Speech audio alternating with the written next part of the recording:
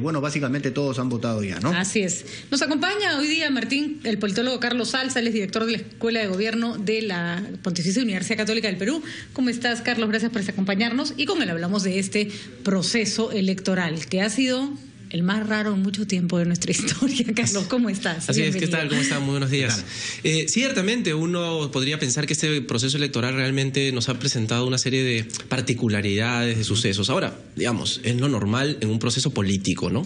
Porque los procesos políticos son complejos, son difíciles, son contenciosos. Claro, en otros momentos hemos tenido otras contingencias. Otras contingencias, ¿no? Y en algún momento hemos tenido situaciones de, digamos, fraudes que claro, uno tendría que haber, bueno, y estuvimos muchas instituciones detrás vigilando que esto no suceda.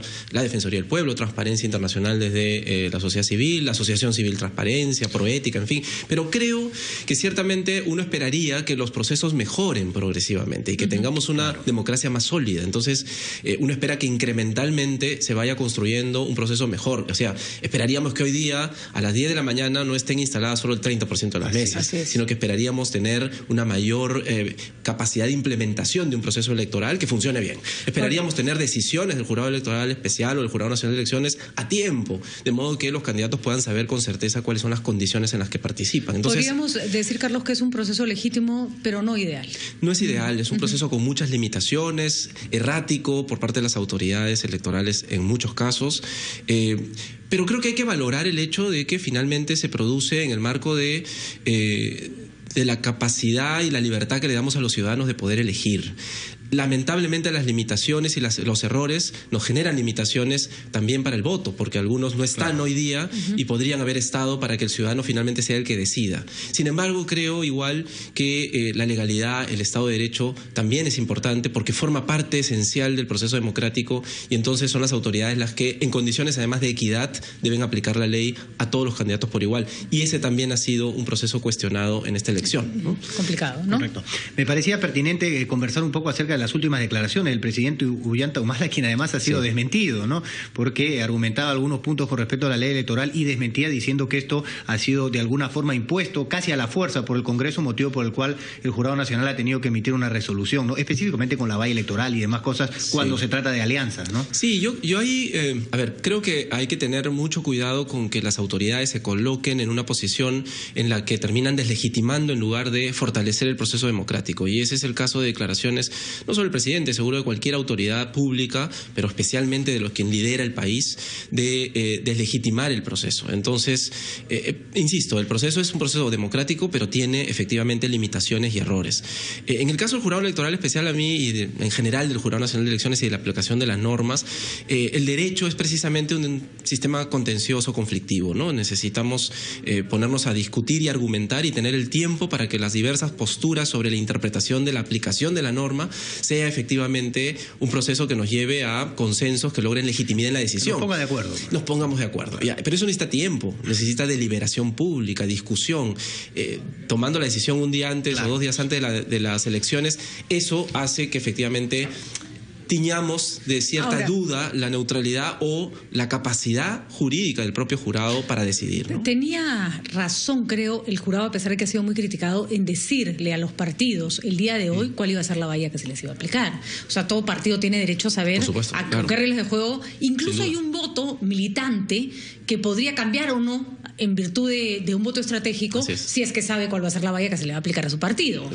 Si yo soy del partido X y quiero votar por el candidato Y para evitar una segunda vuelta que no me gusta, no lo voy a hacer si mi partido tiene la posibilidad de perder la inscripción. Voy a optar por mi partido para que no pierda la inscripción. Así que ha sido de alguna manera oportuno y valiente el jurado decir, ok, aplicamos esta valla, ¿no? Sí, pero creo que podría haberlo hecho antes. O sea, no hay ninguna objeción, no hay ninguna razón para que lo haga un día o 2 días antes. Lo que no hubiera estado bien es hacerlo después.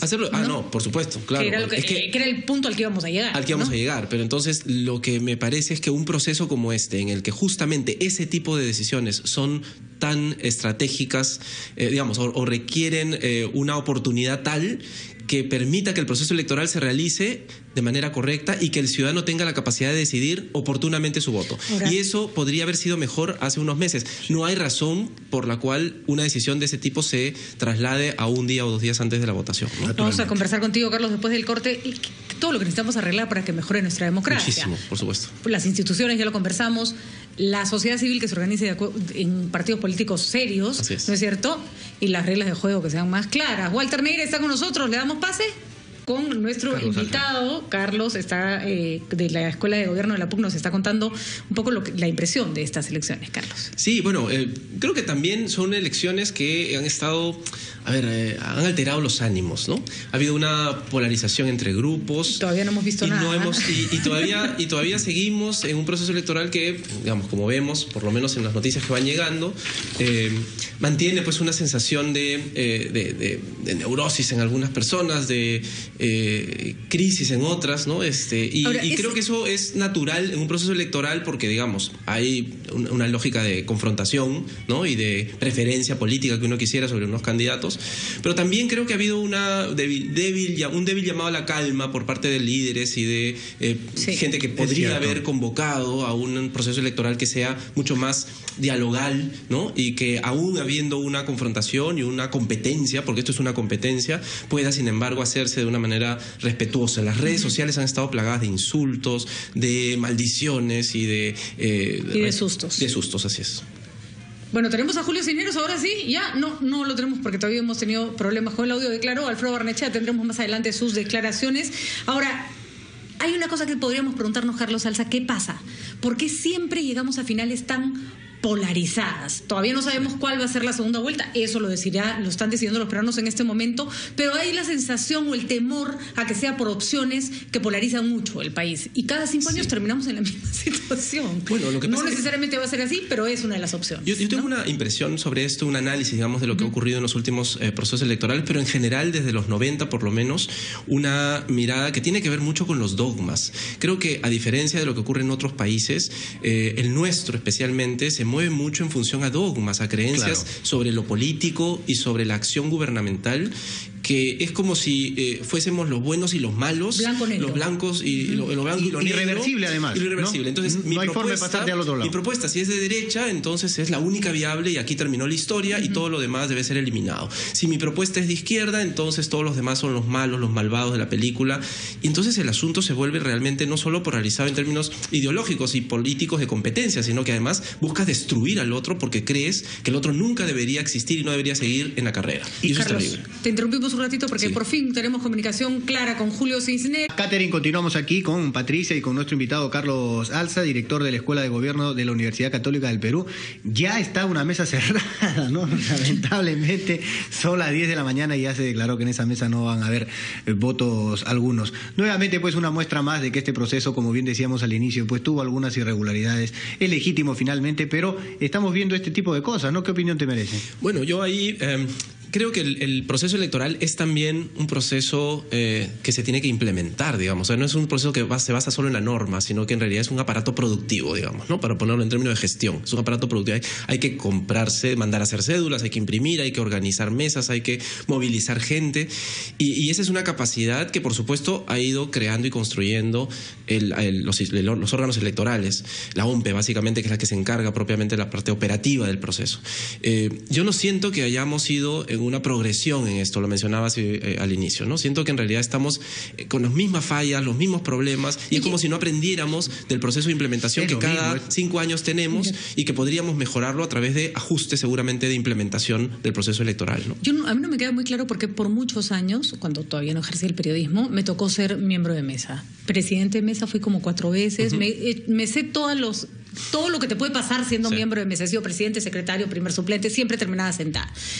Y yo sí creo que, por ejemplo, una cosa que se debería hacer para promover que la gente vaya a hacer su trabajo de miembro de mesa es darle un día libre durante la semana. O sea, si tú dedicaste tu domingo todo el día a estar ahí sentado, entonces tu trabajador, tu empleador tiene la obligación de devolverte ese día durante la semana. Porque de verdad es agotador. O sea, uno entra a las 6 de la mañana, sale promedio 6 de la tarde, 8 de la noche a veces, para al día siguiente, mientras todo el mundo descansó, levantarte y volver a trabajar. Y finalmente ese es su día de descanso, ¿no? Totalmente de acuerdo. Yo creo que hay cuestiones claves, ¿no? Que tienen que ver con eso, con la capacidad porque al final dependemos de que el ciudadano vaya temprano y se instale en la mesa, digamos. O sea, tiene que haber un ciudadano ahí, sea el elegido o el seleccionado, o sea el siguiente en la cola. Tiene que haber alguien. Entonces, claro, garantizar y promover que esta persona participe tiene que ver con determinadas reglas. Ni siquiera son un incentivo, sino asegurarle el descanso. Y que la empresa privada que va a perder ese día de trabajo al trabajador, bueno, eso es su aporte al proceso electoral. Totalmente de acuerdo, porque finalmente es un proceso que es mucho más importante para todos que simplemente que una persona pueda perder un día de trabajo. O sea. Y en otro caso, no, más bien ser lo drástico que se debe ser, porque hay gente que se viene a quejar y nos dice a último momento, bueno, yo tengo que viajar, vivo en Lima, pero soy de provincia, entonces vivo acá hace 5 o 6 años, tengo que ir, los pasajes han subido astronómicamente, yo saco mi cuenta y más a cuenta me sale pues pagar la multa. Por supuesto. Pero eso es una negligencia de parte de una persona que vive en Lima y que no ha hecho el cambio de su domicilio, ¿no es verdad? Y lo que dice Martín es importantísimo porque, claro, qué fresco. Yo no voy porque me da flojera, porque no quiero viajar, porque, sí, pero en su lugar se va a sentar otra persona.